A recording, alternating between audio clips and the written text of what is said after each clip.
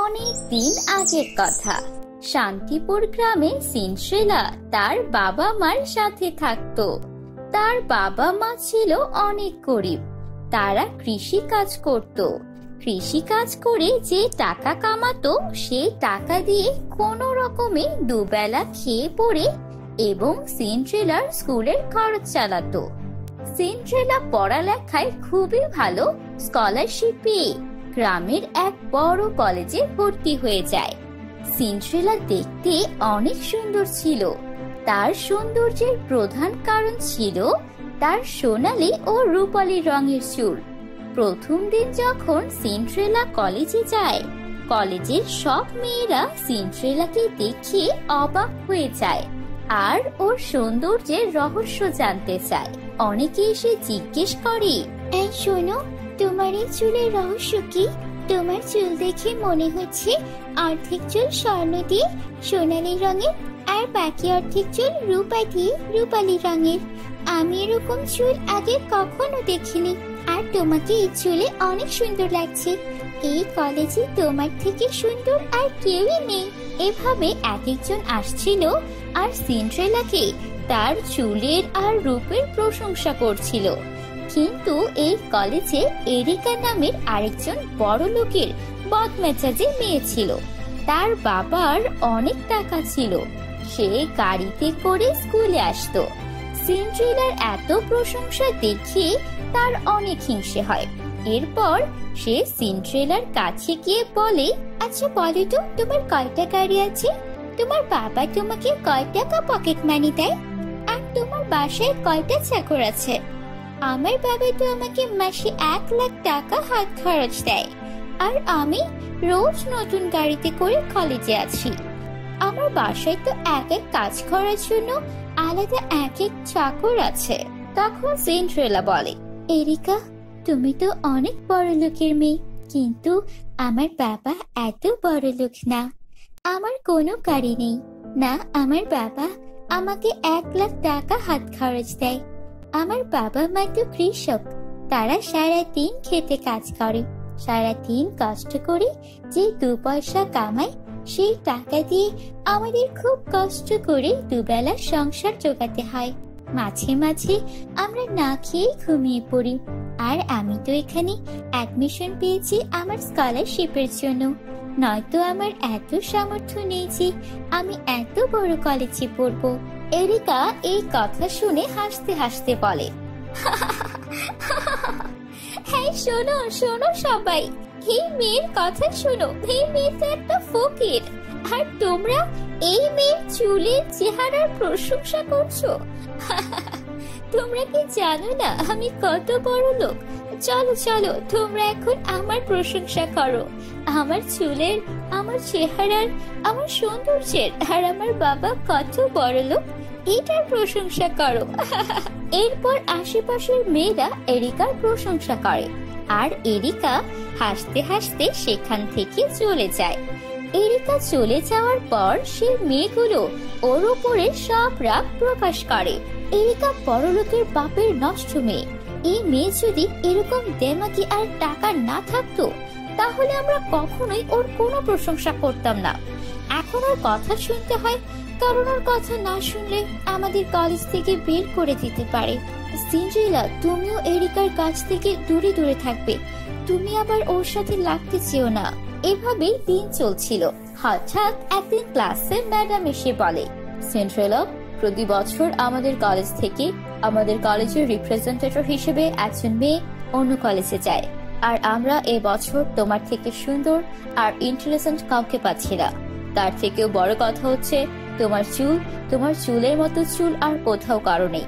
এই জন্য আমরা চাইছি তুমি এবার আমাদের কলেজকে রিপ্রেজেন্ট করবে, আর প্রতিযোগিতায় জিতলে পুরস্কার হিসেবে পাবে 50,000 টাকা।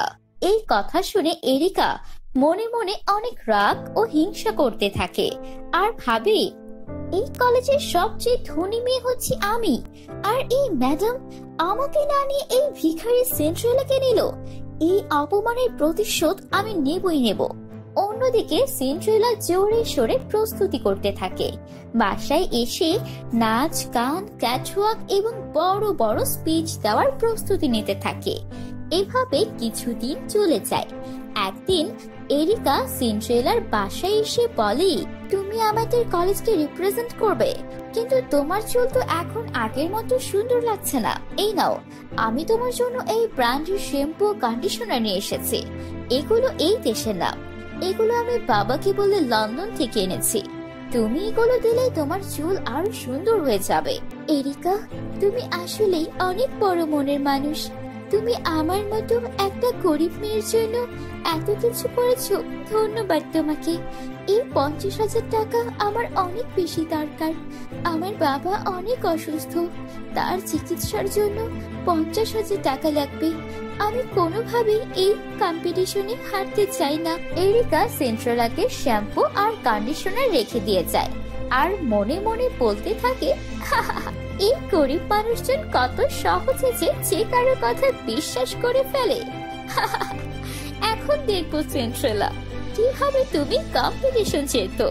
এরপর সিন্ড্রেলা গোসল করতে যায় আর এরিকার দেওয়া শ্যাম্পু কন্ডিশনার ব্যবহার করে।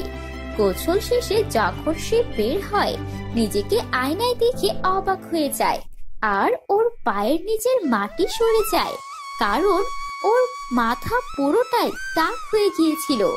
ও তখন চিৎকার করতে থাকে, হায় হায় আল্লাহ, এ কি হয়ে গেল আমার? আমার মাথার সোনালী রূপালী চুল কোথায় গেল? আমি তো এরিকার দেওয়া ব্র্যান্ডেড শ্যাম্পু কন্ডিশনার ব্যবহার করেছি। এত বড় ক্ষতি আমার কি করে হয়ে গেল? আমি কালকে কিভাবে কলেজে যাব? কিভাবে আমি আমার কলেজকে রিপ্রেজেন্ট করব? আমি তো কাউকে মুখ দেখাতে পারবো না। সিন্ড্রেলার এই চিৎকার শুনে সিন্ড্রেলার মা তখন সেখানে আসে। সে সিন্ড্রেলার এই অবস্থা দেখে বলে, আরে মা আমার, এটা কি হয়েছে তোমার? তুমি এখন কিভাবে কালকে তোমার কলেজকে রিপ্রেজেন্ট করবে? আর তোমার এই চেহারা নিয়ে কিভাবে জিতবে? ডাক্তার বলেছে 4 দিনের মধ্যে তোমার বাবার অপারেশন না করালে যে সে আমাদের ছেড়ে পরপারে চলে যাবে। এখন আমাদের কি হবে? এই বলে তারা মা মেয়ে অনেকক্ষণ কান্না করে। এদিকে এরিকা তার বাসায় পার্টি দেয়। সে তার বন্ধু বান্ধবদের ডেকে হাসতে হাসতে বলে, এতক্ষণে তো সিন্ড্রেলার মাথার একটা চুলও থাকার কথা না। আমার দেওয়া ব্র্যান্ডেড শ্যাম্পু আর কন্ডিশনার ব্যবহার করে সে এতক্ষণে হয়তো টাক হয়ে গেছে।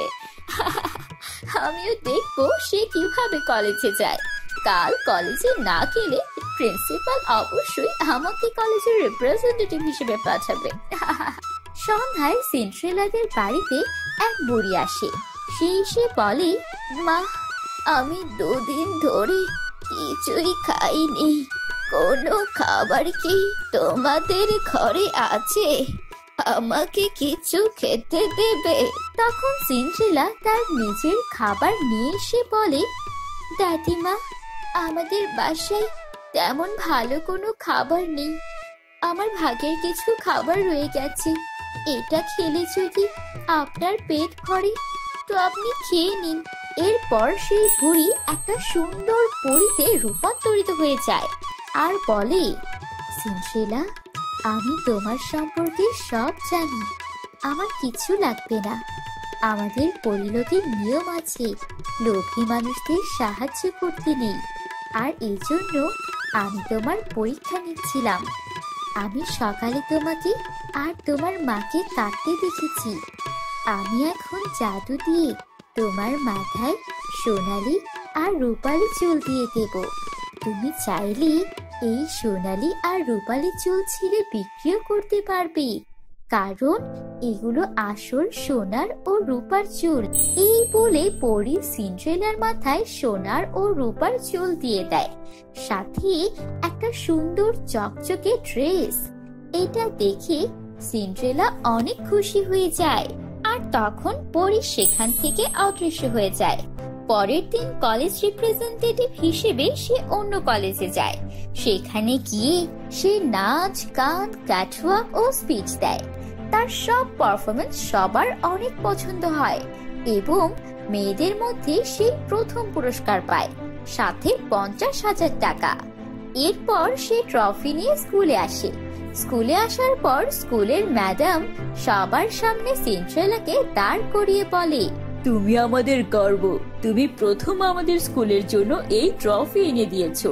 সবাই ওর জন্য হাততালি দাও। এরিকা এই সব দেখে হিংসায় চলে যায়। তখন সিন্ড্রেলা এরিকার কাছে গিয়ে বলে, তুমি আমাকে ব্র্যান্ডেড শ্যাম্পুর নামে এক্সপায়ার্ড শ্যাম্পু দিয়েছো, যার জন্য আমি একদম টাক হয়ে গিয়েছিলাম। আমি চাইলে এখন তোমাকে পুলিশে দিতে পারি, কিন্তু আমি এরকম কাজ করব না, কারণ আমি তোমার মতো বাঁচি না। আর হ্যাঁ, যদি আর কারোর সাথে এমন করার চেষ্টা করো তাহলে আমি তোমাকে ছেড়ে দেব না, মনে রেখো। এই কথা বলে সিন্ড্রেলা সেখান থেকে চলে যায়। এরিকা ভীষণ অনুতপ্ত হয়, আর সে প্রতিজ্ঞা করে সে আর কখনোই এরকম কোনো খারাপ কাজ করবে না। অন্যদিকে সিন্ড্রেলা তার সোনা ও রূপার চুল বিক্রি করে তার বাবার চিকিৎসা করায় এবং নিজের জন্য একটা সুন্দর বাড়ি বানায়। এরপর সে সেই সোনা ও রূপোর চুল দিয়ে গরিব দুঃখীদের সাহায্য করে এবং সুখী শান্তিতে তার বাবা মার সাথে থাকতে শুরু করে।